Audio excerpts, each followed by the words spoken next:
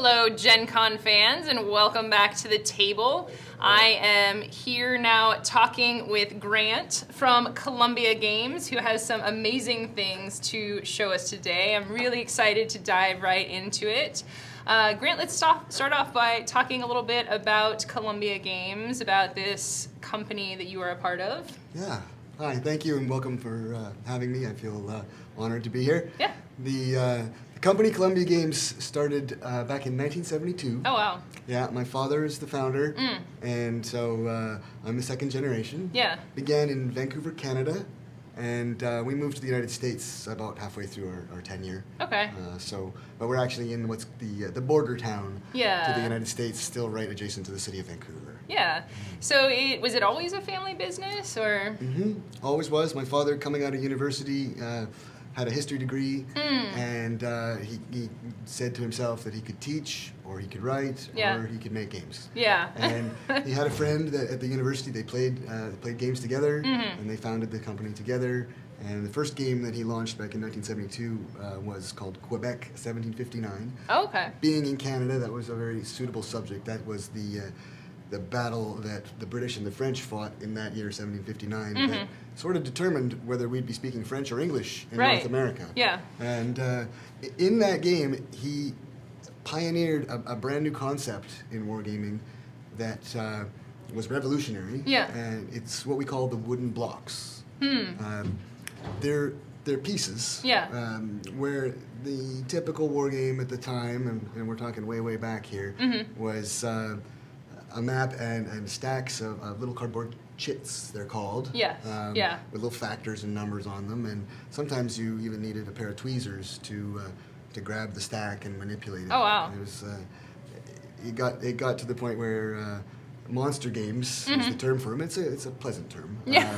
Was the theme of the day, and my father's response to the whole thing was, let's make it simpler. Yes. Yeah. Let's make it. So the blocks were his invention. What he did essentially is take a flat counter and stand it up on end, make it 3 dimensions, give it some heft and some depth. Yeah. And the key to that is, from your own perspective, you see the values and the information that are on your chit. Yeah. The other person sitting on the opposite side of the table sees the blank face of the block and does not know whether they're facing, say, an armor unit or an infantry unit, or how strong it is. Yeah. And we call that the fog of war. Yeah. Yeah. Right? It's a well-known term in military, and it's a difficult concept to game. And so the blocks was a solution to that problem.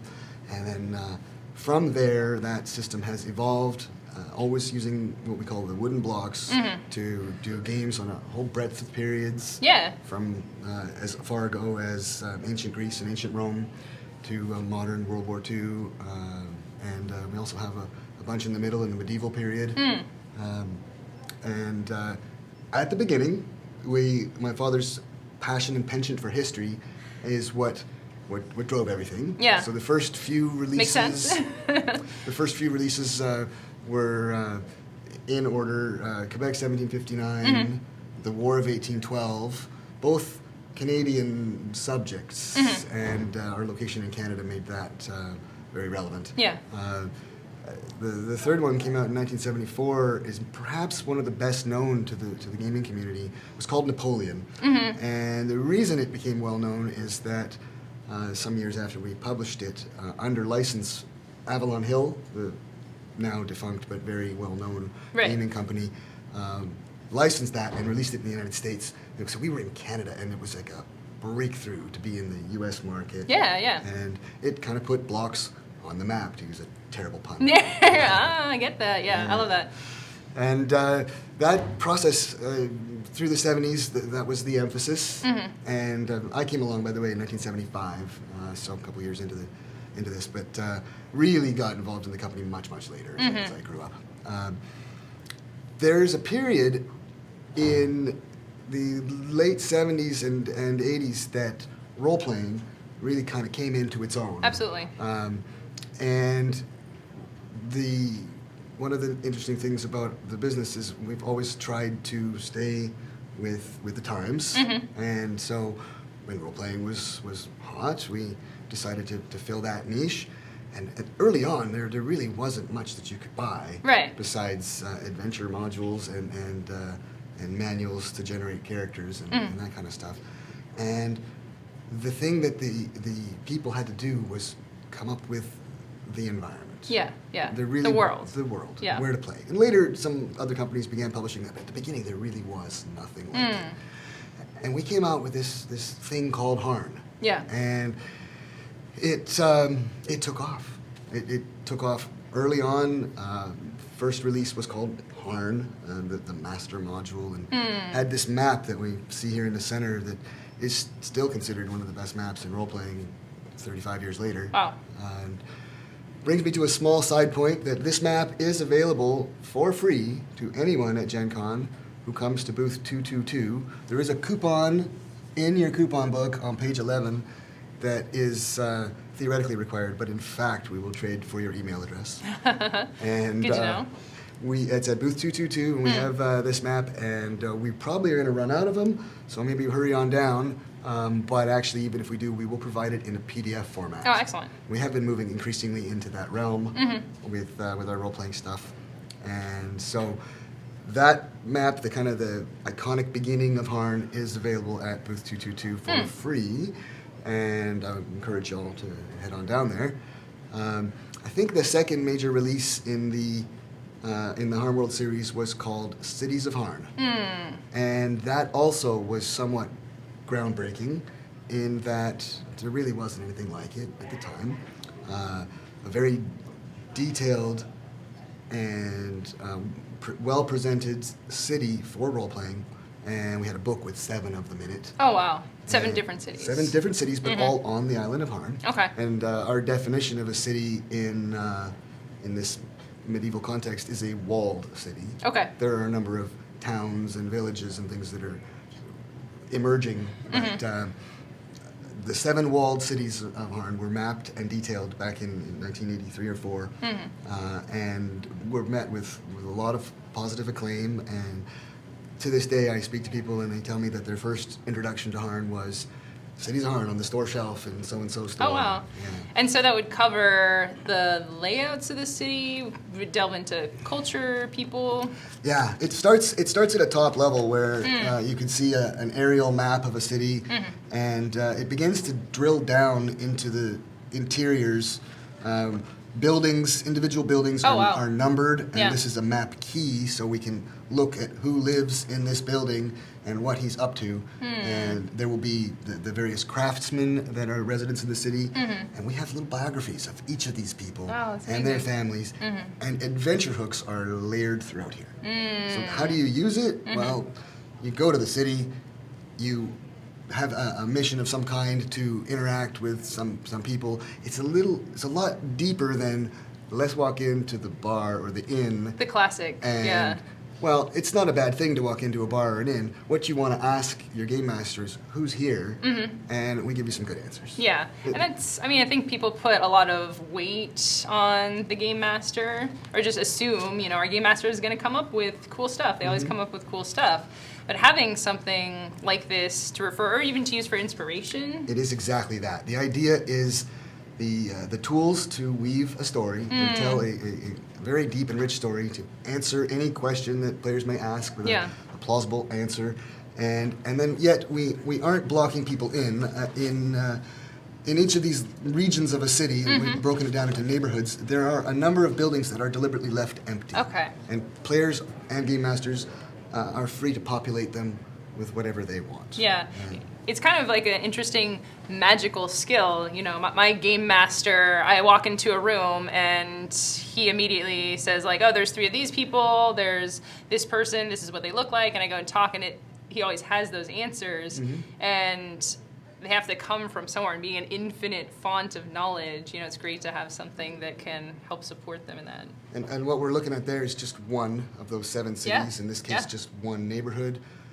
We break down within the city the residents, the craftsmen, the various members of the city council, so that you can get involved at the higher level, the politics, the power brokers, or right down to the smaller level, and visiting the inn in the traditional, Yeah, way. So the second exciting thing that's going on right now and here at Gen Con and live on the internet is we have a Kickstarter going for an updated edition of Cities of Harn. Yeah, so let's dive into this a little bit. It's a Cities of Harn medieval RPG fantasy. So how does this compare to this previous Cities of Harn that was released? It's greatly expanded. Yeah. Each individual city has more pages, more detail, whereas an original first edition of Cities of Harn had this same key. It would have named the individual people, but it would not have had the extra intrigue and the adventure hooks, the biographies. Yeah. And the other major difference is we've colorized everything. Oh, all wow. of the maps, all of the internal plans of the locations are now in full color. So this is what the Cities of Harn book that's on Kickstarter now will look like. It's exactly what it looks like. Oh, wow. And we've got it running for another 15, 20 days on Kickstarter, and you can get in for just $1. The city of Sharan, which is the city I'm showing here, and it's on our big map. It's located right here. Oh, wow. Yeah. That city. And we have in here a map that zooms in showing what that hex looks like when you get in a little closer. Some of the places in the hinterland. Yeah. And then you can drill down into the city and all the way down into the interior plans. So that city is presented for $1, and of course we're going to make the pitch for you to upgrade to the other cities. Yeah.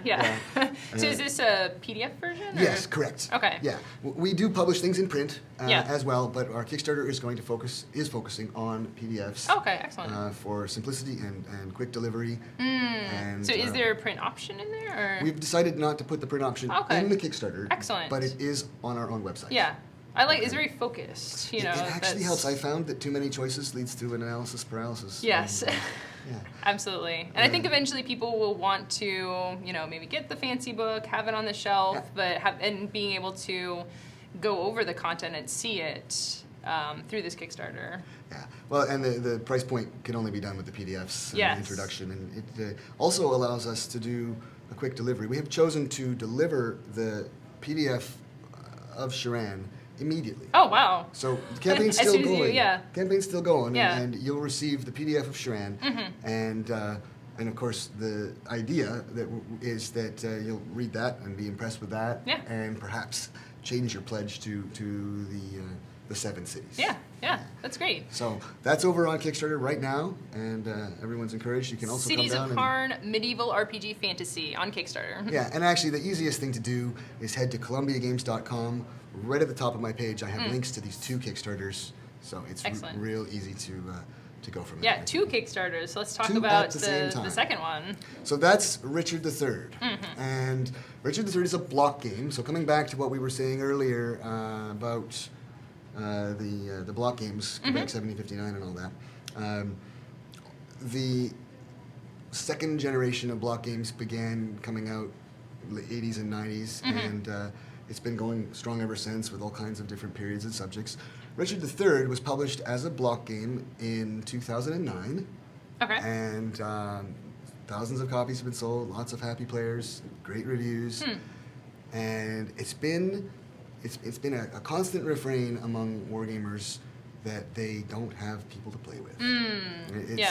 It seems a lamentable fact, but it seems to be true. Yeah. We've tried to address that a little bit by making games. The more modern games are generally quicker to play than they were way back in the old days. Yeah. And our niche is also a little more accessible. Richard III has 60-some pieces in it, and still represents everything you need to. It makes every single individual piece precious and important. Yeah. And it still keeps the minutiae and the need to shuffle things around to a minimum. Yeah. And what is the typical playtime? Typical playtime of Richard III is about 2 hours. Okay. Yeah. Nice. Which in wargame land is pretty short. Very reasonable, yeah. Yeah. But still, the demand for a way to play these games with the assistance of a computer has always been a need. People have asked for it over and over again. And we've explored it a few different times. This is the first time that I can say that I am feeling like we've really got it right. So, over on the Mac there is Ooh. it's actually wow. playing the game. Yeah. It's kind of right in the middle of the game, and you can see that it's actually ready to go. You can go right now to the Kickstarter and download a fully functional demo and play it right now, and then evaluate it for yourself and see what you think. We are planning to expand this block game engine that we're building into all the other block games. There are 20-some available, and we have a bit of a list that we'll do. Begins with Richard III, and we have a game called Julius Caesar that's popular on the Roman Empire. Yeah, and just capturing the feeling of the war game. So it's not just, getting the mechanics into a digital version. Yeah. It's really encapsulating what people enjoy about the physical game. Actually, yeah, we have made it still look like a board game. It's a three-quarter view, meaning the camera is looking down on the board like we would look down on a board game, and you can actually fly the camera in and pan around like you see in the games that are the multiplayer online games. Yeah. Right. But it's a military game, so we've made it look like a board game. Yeah. And with the advantages of that and the computer game, and the artificial intelligence is passable. It beat me the last time I played it. Being the expert, right? I should be able to have at least a good game with that. But we're working very hard to make that good. And another step, we'll have internet play. Where Oh, wow. Okay. So I was going to ask that. So it will be, to begin with, is it mainly the single player? The AI version will be in the first release coming out in the fall. And we intend to add the multiplayer or internet play a little bit later. Yeah. We've had a lot of demand for it. Right. That's very impressive, having worked in digital games in the past, like getting that multiplayer aspect and solving all those challenges. Yeah. There's all this concept of the lobby and the networking and who's the host and who's the guest. And it can be complicated, but we've got some great guys. Yeah. We've teamed up with a company in France called Avalon Digital for this, and it's been going well. I speak French fluently, which has been handy talking to them. Yeah.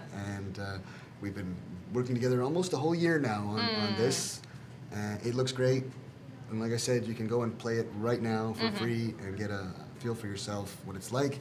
Then head over to the Kickstarter and pledge. We're asking $19. Oh, wow. It's relatively reasonable, and we're really excited about it as a potentially groundbreaking thing. And I've been talking a lot with people about digital board games specifically recently, and I think it's a really great space, and there's a lot of amazing benefits to it. Like you mentioned, if you don't have people locally who you can play that way. You can learn the game. Yeah. So like that's a big aspect of it, to be able to, I've heard of a lot of people picking up a digital version. It's a little easier to kind of get into it than reading through the rules and then go out and buy the physical copy. I'm confident that it is a path. Yeah. My passion is board games. Yeah. And the social aspect of it. And so I see it as an opportunity to help facilitate the people who play these games and want to, but that's the smaller side of it, because they already like this stuff.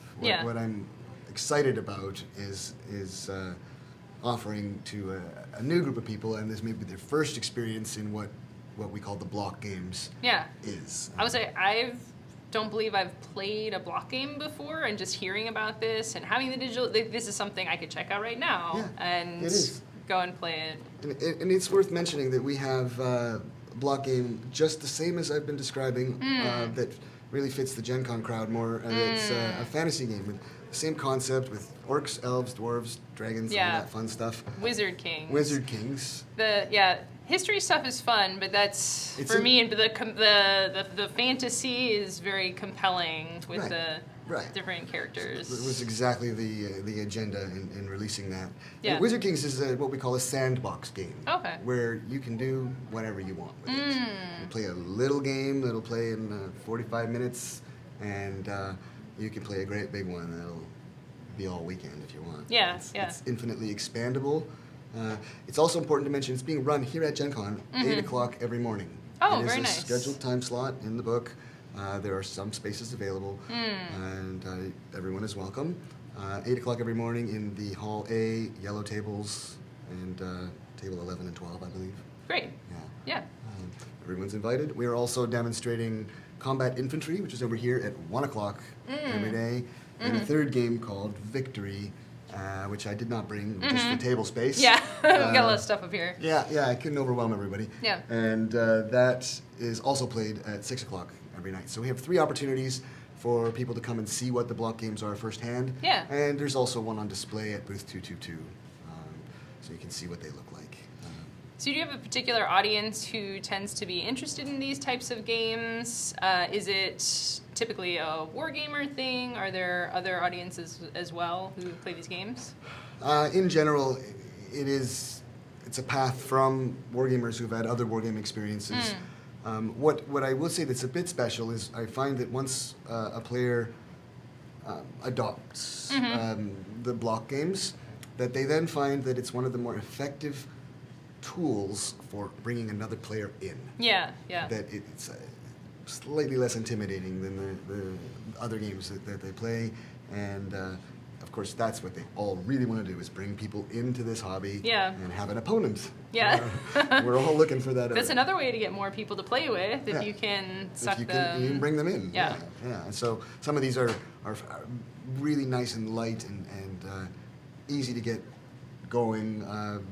Typically, they have about 8 pages of rules to them, which in wargames, is short and sweet. Yeah. Absolutely. And we tend also to make it such that the information is on the map and on the pieces, and there isn't really any need to look at the rules. There are not a lot of charts and tables and graphs and comparisons and that kind of stuff. Okay. It's a little more straightforward. Yeah. Trying to emphasize always the essential elements of something and strip out the part that kind of gets in the way of that. Yeah, the fiddly bits. The fiddly bits. Yeah. Nobody wants to be quartermaster, really. We want to be general. Yeah. Flipping through your notebook, your tome over here, looking in the charts, looking up all the data. Yeah. That's not our style. Yeah. Would you like to talk a little bit about the gameplay of Richard III? Sure. So let's say, for people into war games, they'll typically have an understanding, but if someone was just getting into it, how you might pitch it to them and describe it. Yeah. Broadly, what we're trying to do here is relive history and allow the players to influence the outcome. So you're taking over a historical situation, as in you're becoming the leader of a faction. And in the case of Richard III, which we will emphasize for the moment, the two factions are the Lancastrians and the Yorkists. They're known as the Red and the White Roses. Absolutely, yes. as their iconology, and so this is called the Wars of the Roses. It's actually called Wars plural because it stretched out over 30-some years. Wow. But they weren't fighting for 30 years. There were a few separate individual campaigns.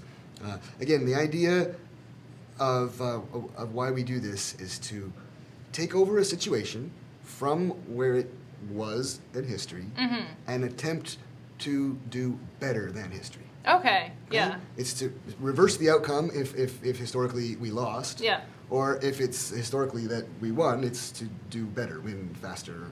Yeah, because we have some historical references about what the combat was like. So we have some data about the ways that they fought, so we can kind of re-execute. And you'll learn a lot from that process as well. One of the things that games really teach and enlighten people about that books and school just can't quite do is called the why, W-H-Y, of history. Yeah. Because history went one way, right? It's written down. It's also written down usually by the winners. Right. And so that in itself is a comment. Yeah. But the what might have happened isn't often discussed. Yeah. It's difficult to do, and usually when it's done, it's a little bit.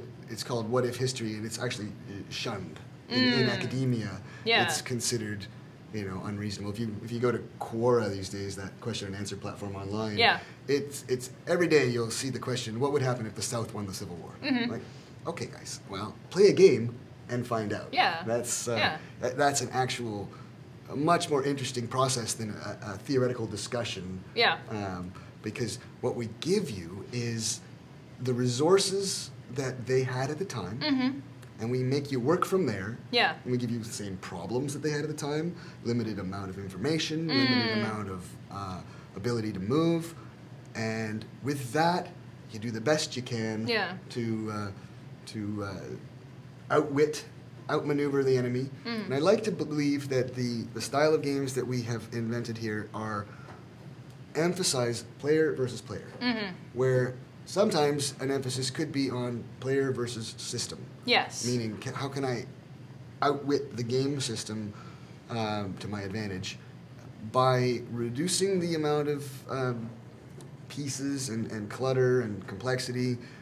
We get to focus on the strategy. Yeah. And with the fog of war that I mentioned at the very beginning and the hidden aspect of it, you can bluff, you can feint. Yeah, a lot of mental activities up here. Like, oh, I'm sending all these people in here, maybe they're not exactly what you would expect in that situation. There could be an entirely a feint. Yeah. And the best players are masters of that. Yeah. So what styles for Richard III in particular, what styles of combat are we seeing in this era? All right, so this is 1460, 1470, 1480. It's pre-gunpowder almost. Yeah. There is actually one unit in this game we call the Bombard, which is a primitive cannon. So they were just getting going. Yeah. But they were pretty lousy. So it's the time of pike, archers, knights on horseback. Battles are bloody, man to man, and local. It's fascinating to me that there were many battles in history in this particular period that we know of them, and we do not know where it was. Oh, interesting. We know many of them. Yeah. But there are also some that we know exactly of the battle, exactly who won, even who was there. But we can't find it. It's buried under some farmer's field somewhere. Yeah. And I find that fascinating. Yeah. But the type of conflict, armies would engage each other, and the objective was very often to do with leadership. If they were very dependent on knowing who their leader was. Okay. I don't suppose that's ever changed in history, but the notion of the leader carrying a flag or a standard and rally around the standard is a time-tested concept. Yeah.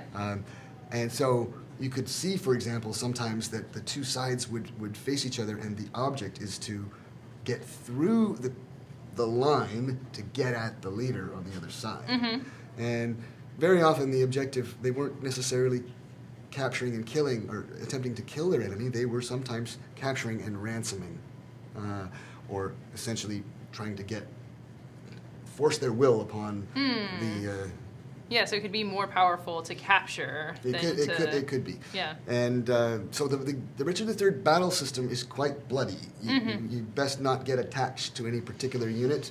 You will find they drop unexpectedly sometimes. It's dynamic. Battles really can swing on a little bit on luck, but it is it's calculated. Players can mitigate the effect of luck with intelligent thought. Okay. But the luck is still an essential element to adding some ebb and flow. So does that represent with dice for the combat? Correct. So block games, the units in a block game, when they get into a battle, each one rolls dice. Okay.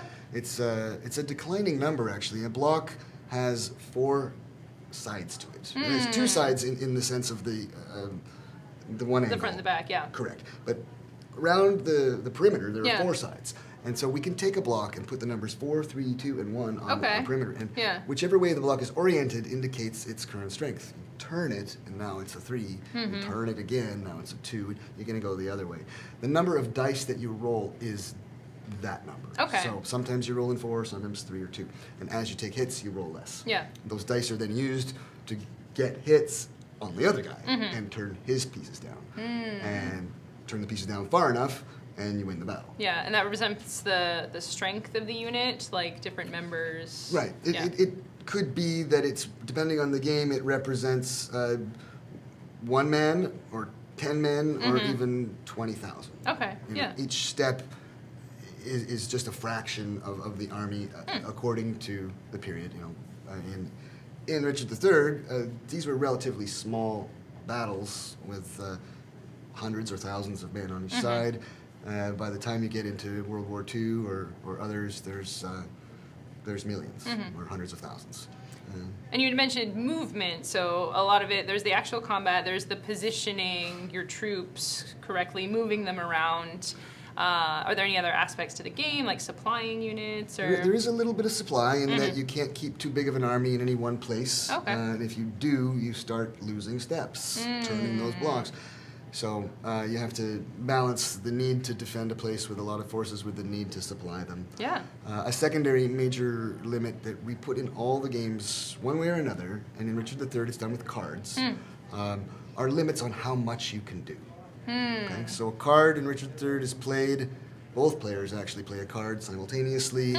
They're flipped over, that reveals who goes first and how much they can move. So it's 1 or 2 or 3 groups of units, and you move those, perhaps starting battles, and the other player moves, perhaps starting his own battles, and then we fight. Yeah. So the concept gives a lot of limits. You can't do everything. Yes. You have to make difficult choices. Yeah. And that's the game. It means Yeah. that every game will be different.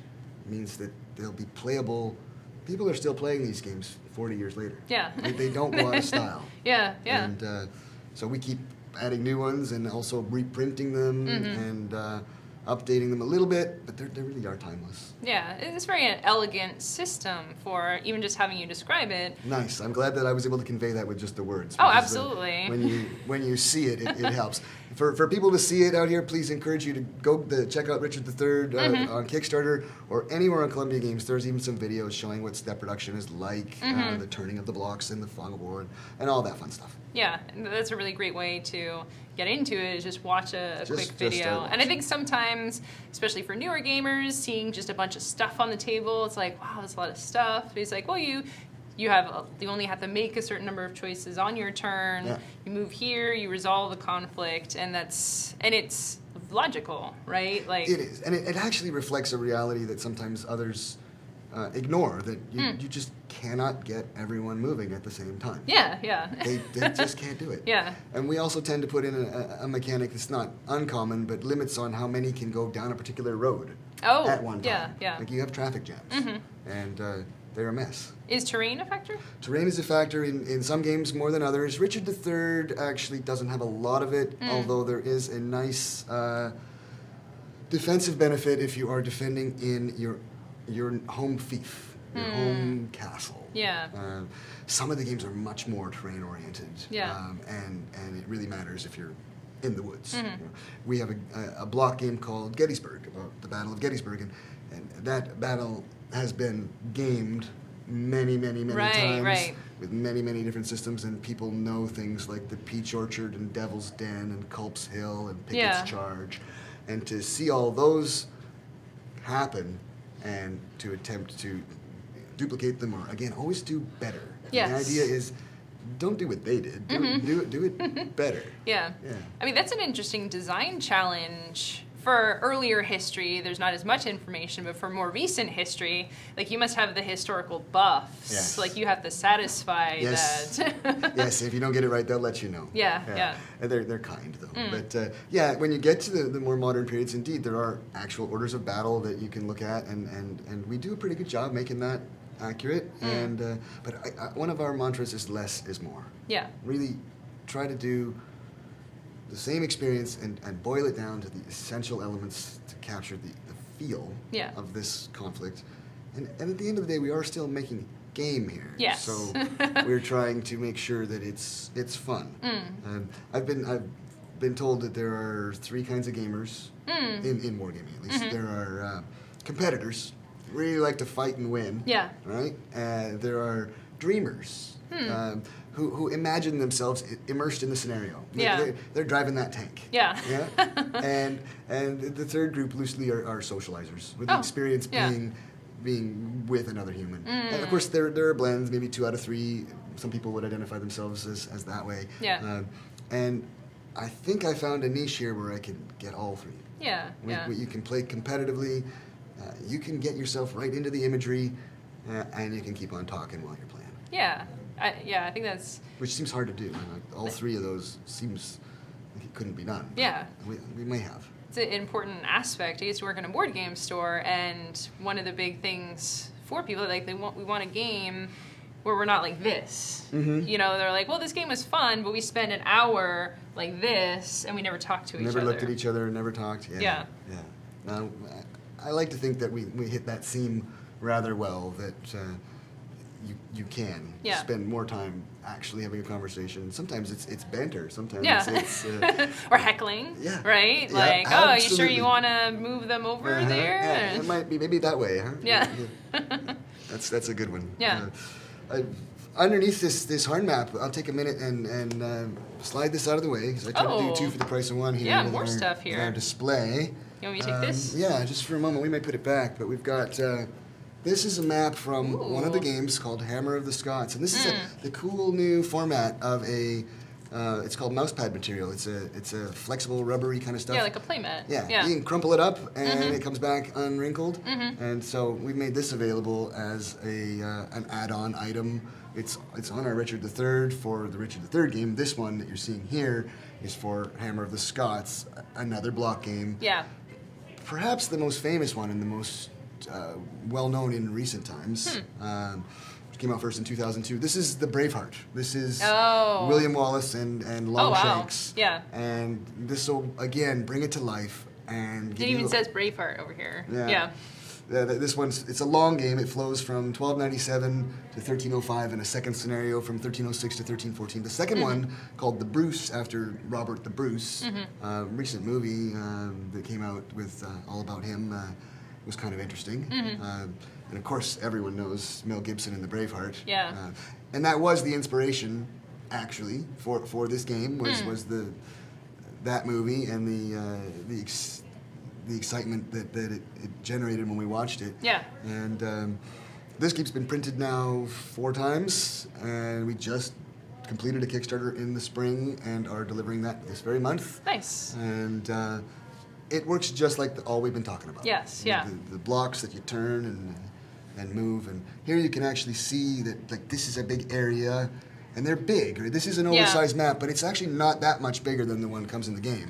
And so big, meaty areas, not a lot of pieces necessary to reflect what we want to reflect, so that, again, the emphasis is on outwitting your opponent. This is great. You can really see here just the different regions, places might go, like the flavor of it, the crests here. Yeah. They're the arms of the noble lords. In this particular game, it's all about the 14 noble lords of Scotland, and we chose these 14.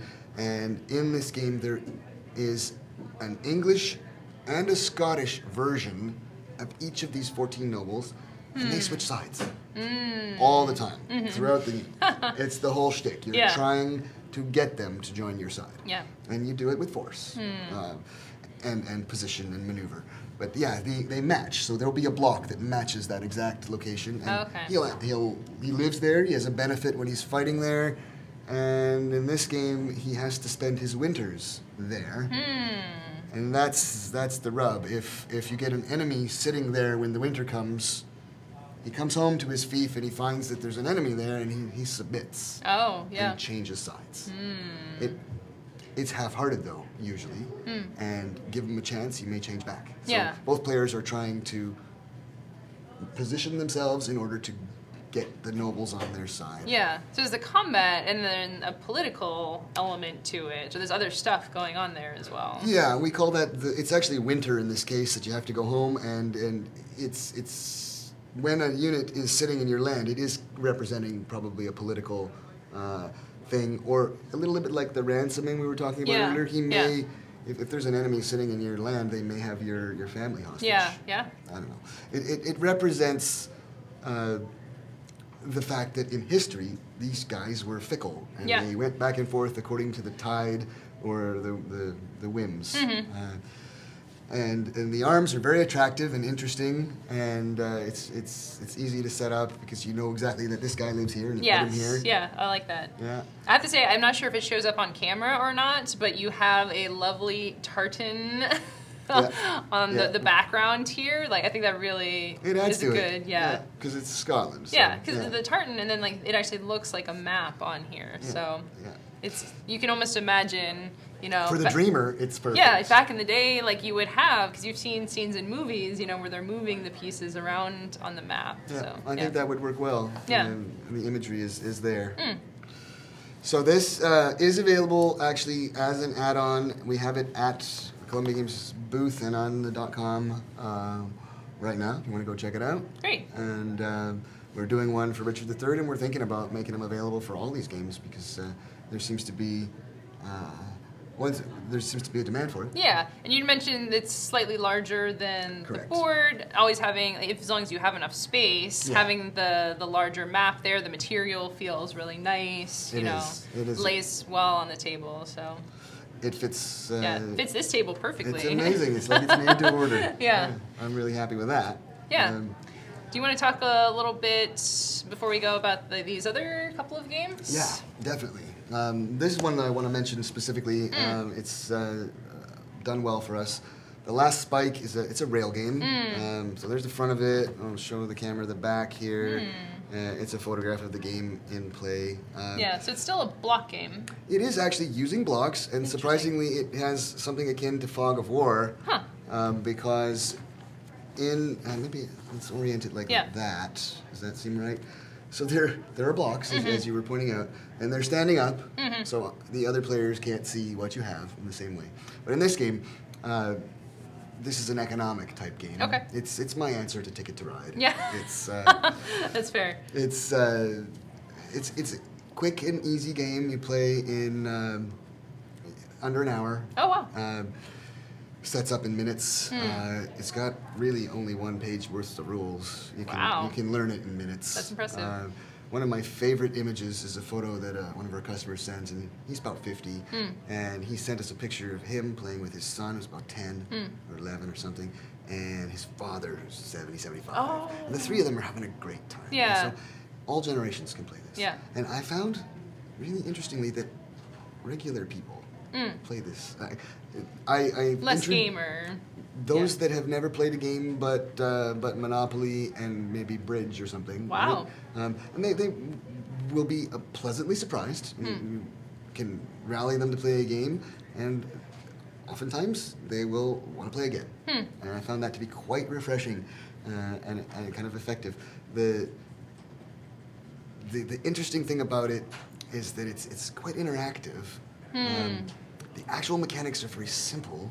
You have to play a track tile once per turn. Okay. You have 4 to choose from, unknown to the enemy or the other players, right? You're going to play one, and then you will draw one, so you'll always have 4 to choose from. The decision is which one. Okay. Each tile has a specific location on the board by a letter number code that's like A1 or B2. Yeah. And there's one tile for each spot, and I may have it, or you may have it, or it could be in the pile. And play one, draw one, invest in a land, which is a share in the real estate in one of the cities. Okay. And when somebody makes the connection between 2 cities, that's the heart of the game. That's when Someone plays that last tile. someone plays that last tile between any 2 cities, and that's when we get paid. So the money comes back, Oh, okay. and it's according to your holdings. Yeah. So Yeah. that if you have 2 shares in one city, you'll get more than a guy who has 1 share. Okay? Double. It's very straightforward. There are 5 for each city, so you could attempt to garner all 5, but you might find that the players then would hoard the tile that will help you get paid. So Yeah. there's a minor element of cooperation in here, but it's a little more manipulation than cooperation. Right, absolutely. Player observation is a good skill. The land that you buy is public. The cards are face up, so everybody knows what you've got, and you can infer from what you've been buying what tiles you might have. Yeah, yeah. But I could be bluffing you as well. I could be trying to do something deliberately Yeah. unexpected in order to keep you guessing which tiles I have. Yeah, like with these green ones over here, it's like someone's building it out and you bluff that you like have that last tile or whatever. Yeah. So like, oh, you'll finish this and Right. yeah. Right, and that process continues with that simple mechanic: place a tile, buy a card, sometimes get paid, until there's a link across the country from St. Louis to Sacramento, California, and then the game ends. When that last one goes in, we call that the last spike, and you count up your money, and the most money wins. So the process, the real estate, the playing of the tracks, it's all a means to an end. And it's extremely straightforward, but it's deep. The decisions are very meaningful. When you sit there and you look at your tiles, and well, if I play this, then she gets paid and he gets paid, but I get paid more. All right, I like that. Yeah. But there are times when you have to make, bad decisions dictated by cash flow. Right. I really got to get paid. It's okay that she gets more. I don't like it, but I gotta to stay in the game. Yeah. And different every time. Plays differently every time. It's from anywhere from 2 to 6 players. Okay. And like I said, multi-generational or any age. Even younger, I put 10 on the back of the box, but really even younger with mom or dad's help. Yeah, To absolutely. get started. Simple color matching as reminders of how things work. There's no chart paralysis. Yeah, It's all right there on the board. all right there. Yeah.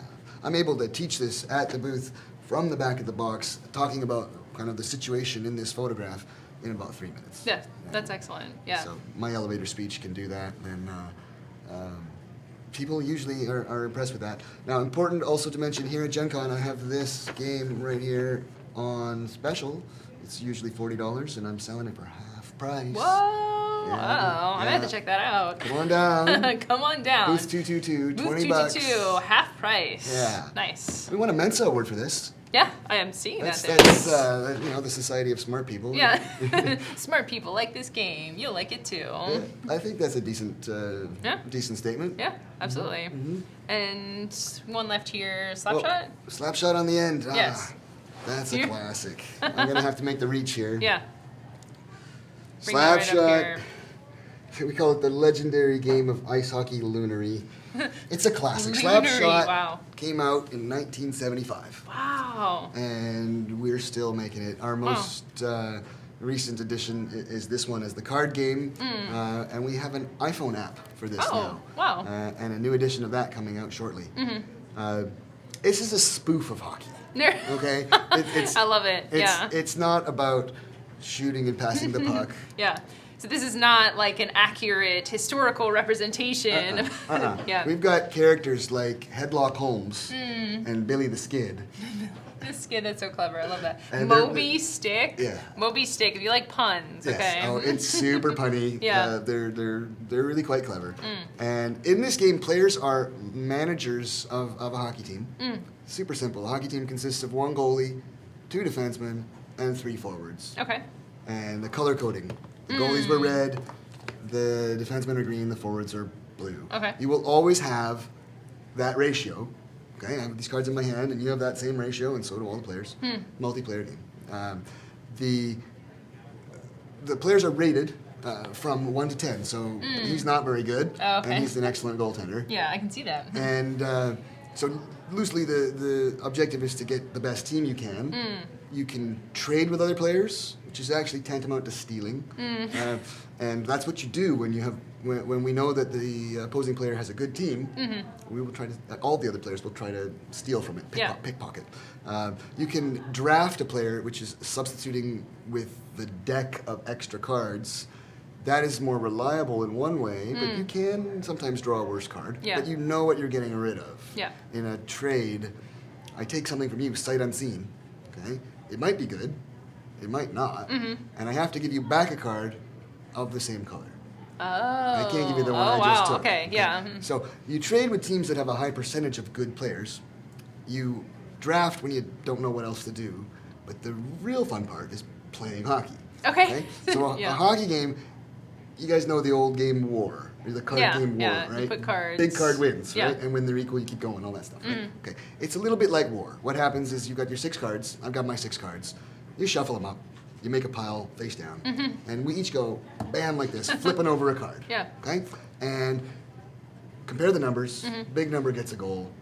Couple of little wrinkles, like, well, the goaltender's work and stuff. But basically, we're going to go bam, bam, bam, bam, 6 times. And somebody's going to win this game 3-2, 2-3, 4-1, any combination.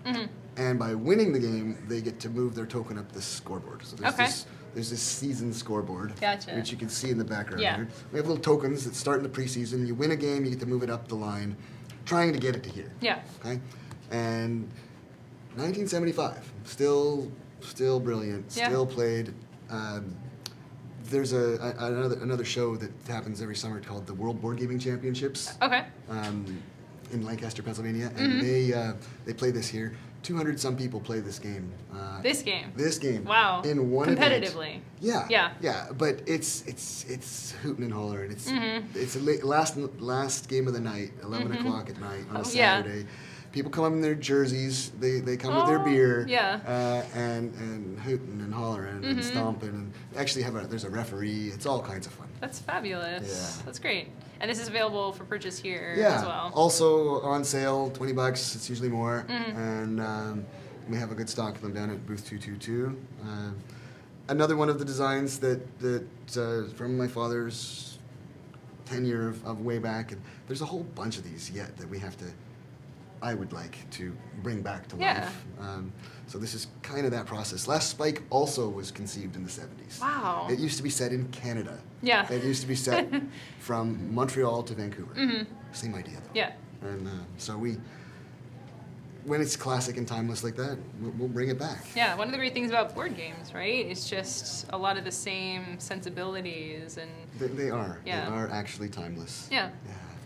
This has been great. How are we doing for time? Yeah, we're doing pretty good. About to close up here. If there's a little more, anything else you'd like to mention, call out your Kickstarters again. Absolutely. Yeah. I mean, that's the main focus of here and now is our Let booth. me get the Harn map booth back 222. out here. Yes, please.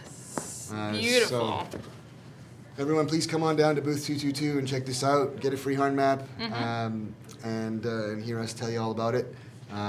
And then we have these 2 Kickstarters that I definitely want to emphasize. The Cities of Harn Kickstarter, which I mentioned, and we'll give you a little business card so you can remember that. And you can get that for $1. That's our attempt to bring you in. And Richard III, that is the computer game that we're Kickstartering now. The board game is in print and available, also for sale at the booth, also on sale. This one you have to go to Kickstarter to support us. Yeah. Would very much appreciate that so that we can bring this to life in a maximal way and then extend it down the line to the other games. Yeah. So. And this is, you can search for those, Cities of Harn or Richard III on Kickstarter, or go to ColumbiaGames.com. That's the easy way. Because, click on the link there. They're right there in the header. Yeah. Yeah. All right. Recommend that. Yeah. Excellent.